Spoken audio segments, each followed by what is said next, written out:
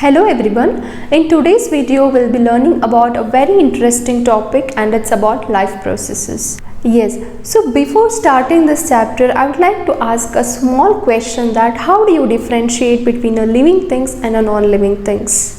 Yes, you are right. Living organisms will exhibit certain characteristics or life activities like breathing, moving, growing, right? They do breathe, they will be showing bodily movements, right? But if you consider the non-living things like suppose chair or table, whatever, they can't move, they can't grow, right? See, suppose if I am keeping a chair over here, unless I apply some pressure or force on it in order to displace it or in order to move it from that particular place, it won't move by itself, correct? So this chapter will be learning about the life processes like nutrition, respiration, digestion, transportation and excretion. Also living organisms reproduce, correct? Also they'll respond to the external stimulus, so that part of control and coordination and reproduction we will study completely in depth in separate chapters. Okay, so now without wasting time, let us start this chapter.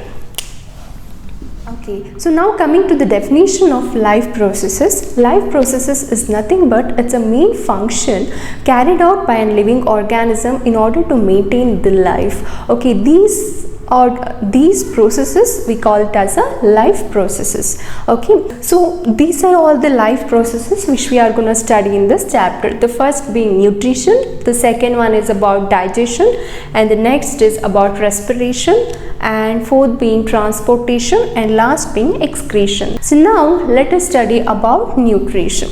So what exactly nutrition means? So nutrition is nothing but it's a process of obtaining a food from outside the body so that it can be utilized to perform other life activities. So this process of obtaining a food, you can call it as a nutrition. So this nutrition we can classify broadly into two types. Okay, so one being autotrophic mode of nutrition, the second being heterotrophic mode of nutrition. Okay, so autotrophic mode of nutrition means it's a mode of nutrition in which the organisms will produce their own food by themselves. Okay, and you can take an example of plants. Okay, because plants will synthesize their own food, right? Whereas in heterotrophic mode of nutrition, here the organisms will be depending on the other organisms for the purpose of food. Okay, so in heterotrophic mode of nutrition, again we can classify them into three types. Okay, so one being saprophytic mode of nutrition, the second one being parasitic mode of nutrition, and the last one being holozoic mode of nutrition. Okay, so let me explain each and every category now. So saprophytic mode of nutrition means here the organisms are dependent on dead and decaying matters for the purpose of food. For example, you can consider mushrooms, which are completely dependent on the dead and decaying matters. Okay, so and if you see the parasitic mode of nutrition, here these organisms will obtain a food from the host organism, like without harming them they'll obtain their food. Okay, for example lices and tapeworms. And coming to the holozoic mode of nutrition, here the organisms will digest the food with the help of a biocatalyst called as an enzymes after ingestion of food. Okay, so these type of organisms you can call them as holozoic organism. Example, humans. Humans are the very good example for holozoic mode of nutrition. Okay, so again based on the food on which they eat, we can classify the organisms into herbivorous, carnivorous and omnivorous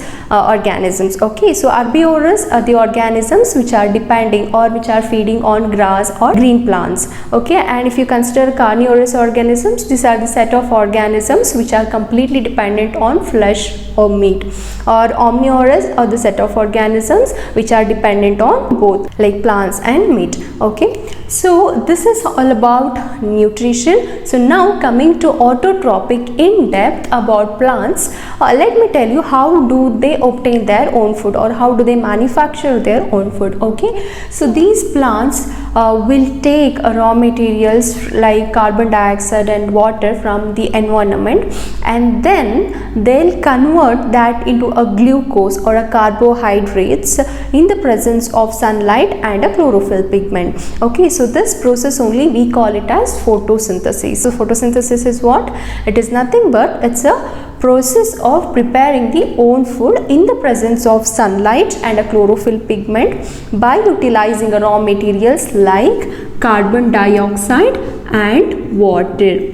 Okay, so you can write a chemical formula of photosynthesis like this. So CO2 plus H2O in the presence of sunlight and chlorophyll pigment, it will produce, the plants will produce a glucose, nothing but C6H12O6, along with the liberation of oxygen, and then water molecules will also be released. So to be balanced, to have a balanced equation, it's that the 6 molecules of carbon dioxide will combine with 12 molecules of water to give 1 molecule of glucose, nothing but a carbohydrate, right? And then also to give 6 molecules of oxygen along with 6 molecules of water. So this is the chemical equation for photosynthesis.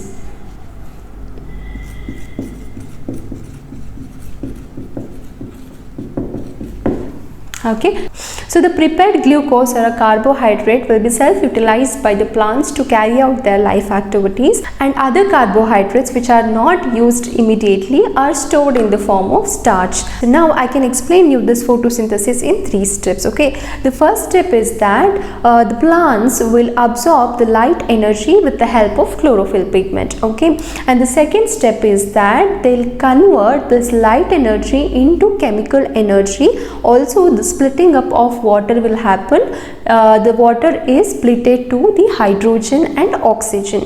Okay, and the third step is that there will be a reduction of carbon dioxide. Here in the photosynthesis reaction, there happens an addition of hydrogen to this carbon dioxide. So that's why we call it as a reduction process. Fine. So this is how the photosynthesis will happen in 3 steps, and it's not necessary that all the 3 steps has to happen immediately. Okay, so if you consider the desert plants, right, so what happens there is usually, you know, right, in deserts there will be a scarcity of water. So if the plants keep their stomata open, there will be an excess of transpiration, right? So that shouldn't happen there. So desert plants, they'll take up the carbon dioxide during night time and they'll prepare an intermediate state, and in the daytime, in the presence of sunlight, they'll be carrying out the further steps. Okay, so now as I've been telling you that these plants will intake the carbon dioxide, correct? So from where do they intake it? If you carefully see a leaf, you can see a very minute openings or very minute pores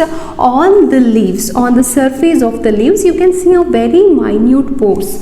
Okay, and these pores only we call them as stomata. With the help of these stomata, the plants will be exchanging the gases like carbon dioxide. They'll be intaking the carbon dioxide and they'll be giving out oxygen. Also, the transpiration also happens to the stomata. Okay, so the stomata is nothing but it's just a pore, right? It's just a opening. So these stomata, the closing and opening of the stomata is actually regulated by a bean-shaped cells called as a guard cells. Okay, it will be like a bean-shaped cells. Okay, where consider this itself as a opening now.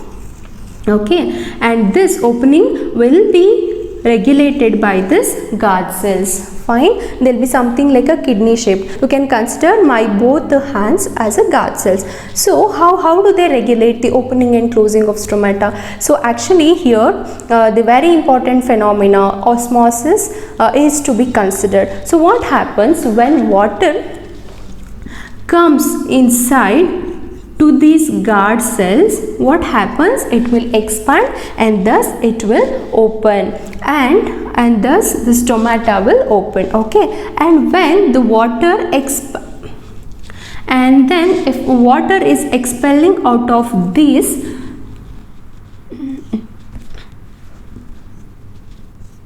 and if the water is moving out from these guard cells, what happens? These guard cells becomes flaccid, which means they'll contract, and thus there will be and thus it causes the closing of the stomata. So you can consider my both hands as a guard cells. So look at my hand. So what happens? When the water enters into these two hands, nothing but you can consider them as a guard cells, right? So what happens? It will expand, so thus the stomatal pore will open. Okay, and when the water moves out from these guard cells, it becomes flaccid, and thus there will be a closure of stomatal pore. Okay, so this is how the guard cells will be regulating the opening and closing of the stomata.